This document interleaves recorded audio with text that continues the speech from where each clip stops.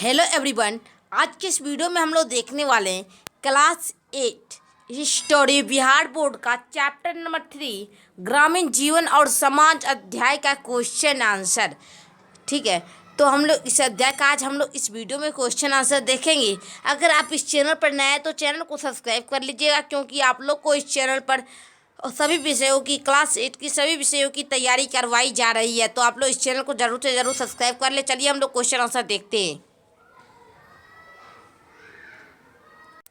हमारा जो अभ्यास का क्वेश्चन नंबर 1 है वह है सही विकल्प को चुने। अभ्यास का क्वेश्चन नंबर 1 है सही विकल्प को चुने।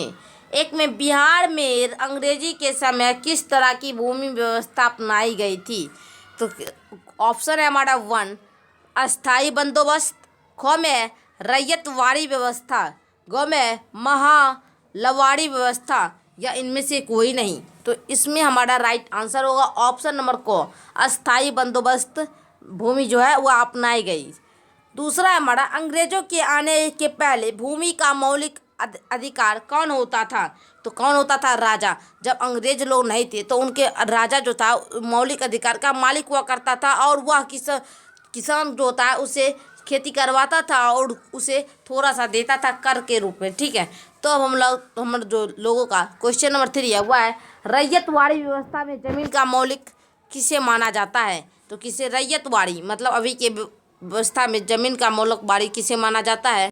तो माना जाता है इसमें हमारा ऑप्शन नंबर जो है वह कौन नंबर राइट हो जाएगा, यानी कि किसान को माना जाता है। अभी नेक्स्ट क्वेश्चन जो है हमारा 4 नंबर वह है अंग्रेजी शासन द्वारा भारत में अपनाई गई नई भूमि व्यवस्थाओं का प्रमुख उद्देश्य क्या था।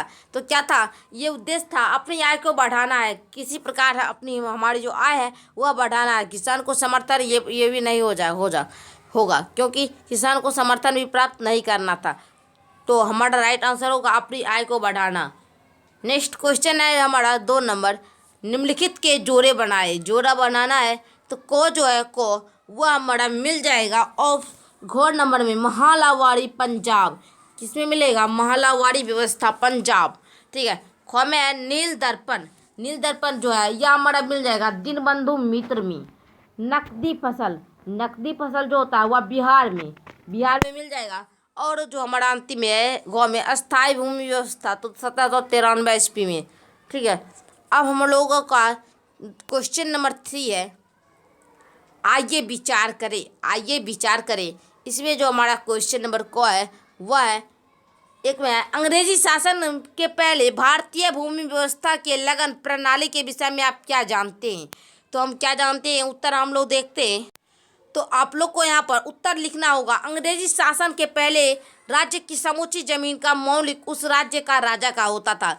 मतलब जो अंग्रेजी शासन जो जब नहीं था तो उसमें जमीन जो होता है वह सभी किसका होता था? राजा का होता था। जो किसान लोग से वह मजदूर लोग से खेती करवाते थे और थोड़ा सा उन्हें दे देते थे उनकी मजदूरी। उस समय जमींदारों को एक प्रभावशाली वर्ग भी गांव में रहता था, जिनके पास राजा द्वारा दी गई काफ़ी ज़मीन होती थी। वे ही गांव के से लगान कृषि पर राजा द्वारा किसानों से लिया गया वाला कर की वसूली करते थे। मैंने बोला वसूली। कर क्या होता है? कर मैं बता दिया था। तो कर वसूली करते थे इसके एवज में फिर राज्य के अन्य कामों को देखने में के एवज में उन्हें ज़मीनें मिलती थी।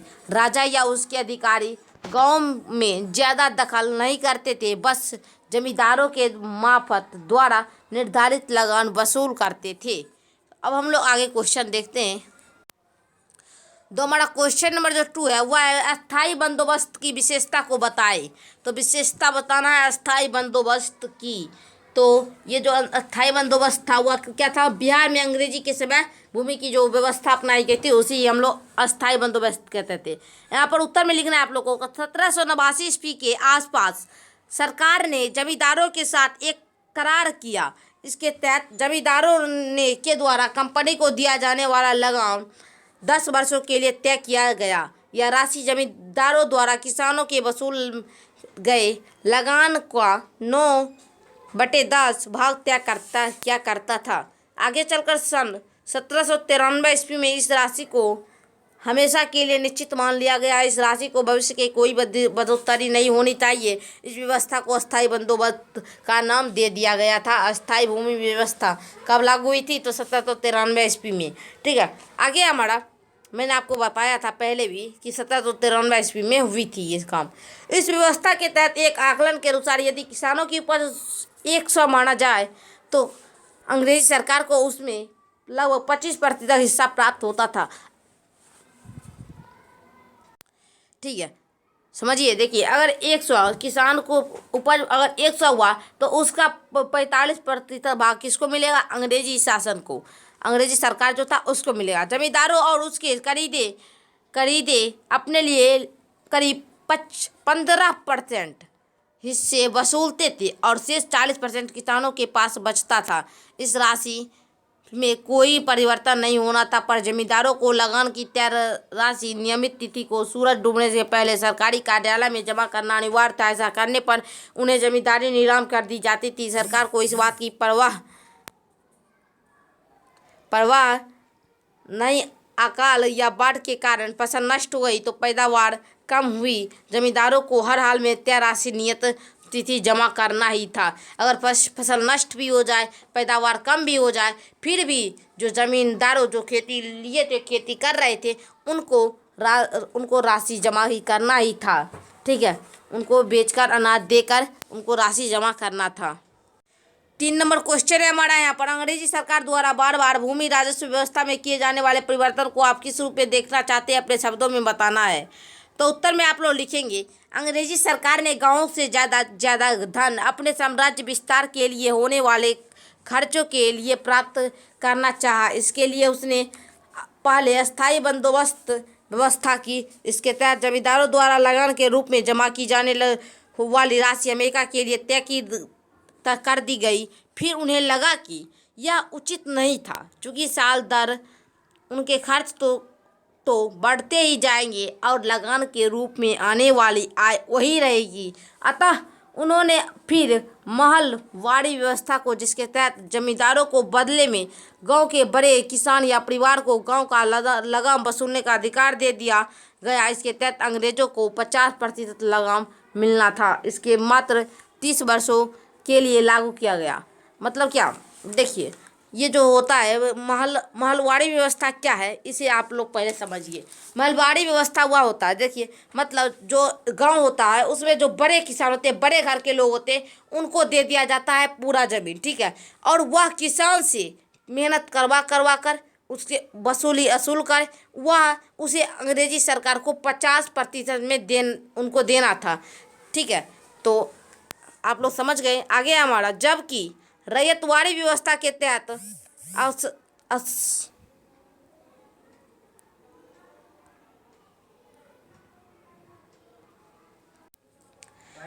आगे हमारा यहाँ पर किसानों को जमीन का मालिक बना दिया गया। उसके सीधे 50% लगान जमा करने को कहा गया। जिसे किसान को जो जमीन का मालिक बना, उसे कहा गया कि आप लोग उस असूली करके किसान से 50% हमको जमा कीजिए।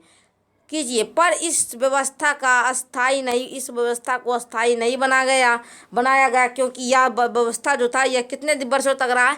30 वर्ष बाद ये इस व्यवस्था को बदल दिया गया। ठीक है, भूमि राजस्व व्यवस्था में अंग्रेजी सरकार ने बार बार परिवर्तन अधिक से अधिक लाभ कमाने की दृष्टिकोण से किया। अंग्रेजी सरकार जो थे वह बुद्धि लगाते थे, मैं कैसे करूं कि हमको ज़्यादा से ज़्यादा लाभ हो, उसी प्रकार, इसीलिए वह बार बार इस व्यवस्था को जो है बदलते रहते थे। कभी महलवाड़ी व्यवस्था लगाते थे, तो कभी रैयतवाड़ी व्यवस्था लगाते थे, तो कभी अस्थायी बंदोबस्त की व्यवस्था लगाते थे, यानी कि बदलते रहते थे। 4 नंबर जो हमारा क्वेश्चन है वह है, अंग्रेजों की भूमि राजस्व व्यवस्था आज की व्यवस्था से अलग थी। संक्षेप में बताएं, मतलब छोटा में बताना है, संक्षेप में।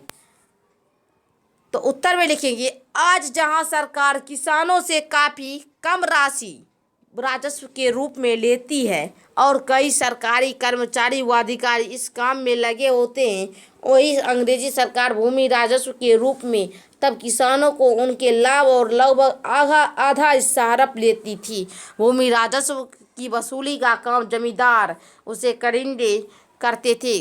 कहीं यह काम कोई बड़ा किसान का या परिवार करता था और कई कंपनी के लोग स्वयं यह काम करते थे, पर उनके मकसद अधिक से अधिक शोषण करना था।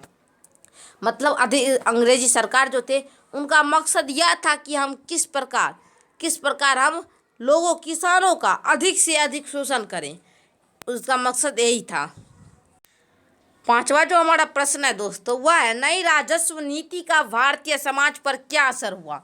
तो उत्तर में लिखेंगे नई राजस्व नीति के कारण आधे पुराने जमींदारों की जमींदारों उसके हाथ से चली गई। मतलब आधे जब पुरानी नई राजस्व नीति का जो भारतीय समाज पर असर हुआ वह क्या हुआ, देखिए आधे पुराने जमींदारों की जमीन जो है वह हाथ से चली गई, क्योंकि उन्होंने समय पर लगान जमा नहीं किया था। लगान जो है वह जमा नहीं किया था। दरअसल उनके लिए किसानों से लगान के लिए ज़्यादा जोर ज़बरदस्ती करना संभव नहीं था। किसानों को के साथ उनके पुराने संबंध थे। नई राजस्व व्यवस्था में जमीन का मौलिक किसान या जमींदार का बना दिया गया।